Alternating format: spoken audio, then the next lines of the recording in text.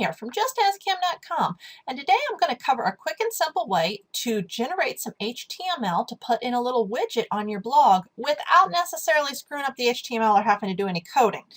Oftentimes we want to put HTML in these widgets and we want them to look right and we want it to load the image and we want it to do all the things it's supposed to do, but who wants to muck around in the code? Now in this particular theme, I want some social media icons up here in this upper right hand corner in an area that's widgetized. And so if I go back to my widgets, you can see that I've got a header widget here, and I've added a text block to it that's going to let me put some things in here.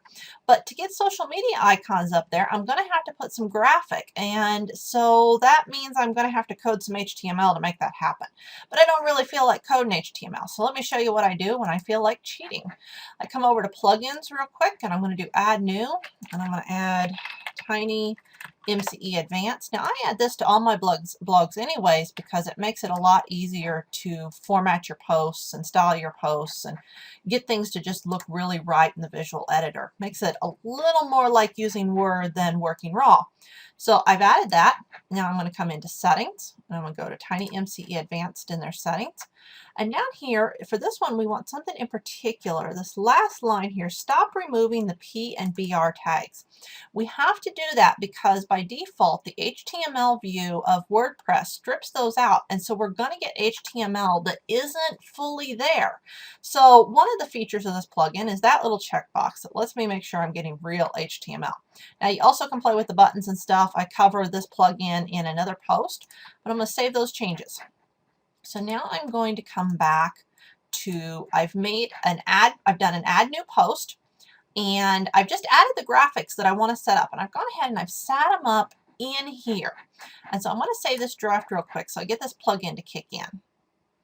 Okay, so now the plugin kicks in, you see it in the bars, but what's more important is what's going on over on the text side. We're just working with a draft. We're not going to publish this post. We're just going to use this to put our graphics in so we can click over here, we can get this HTML that already is set up to make sure that those images are actually going to display on this blog. It's important that we're on the same blog that we're using.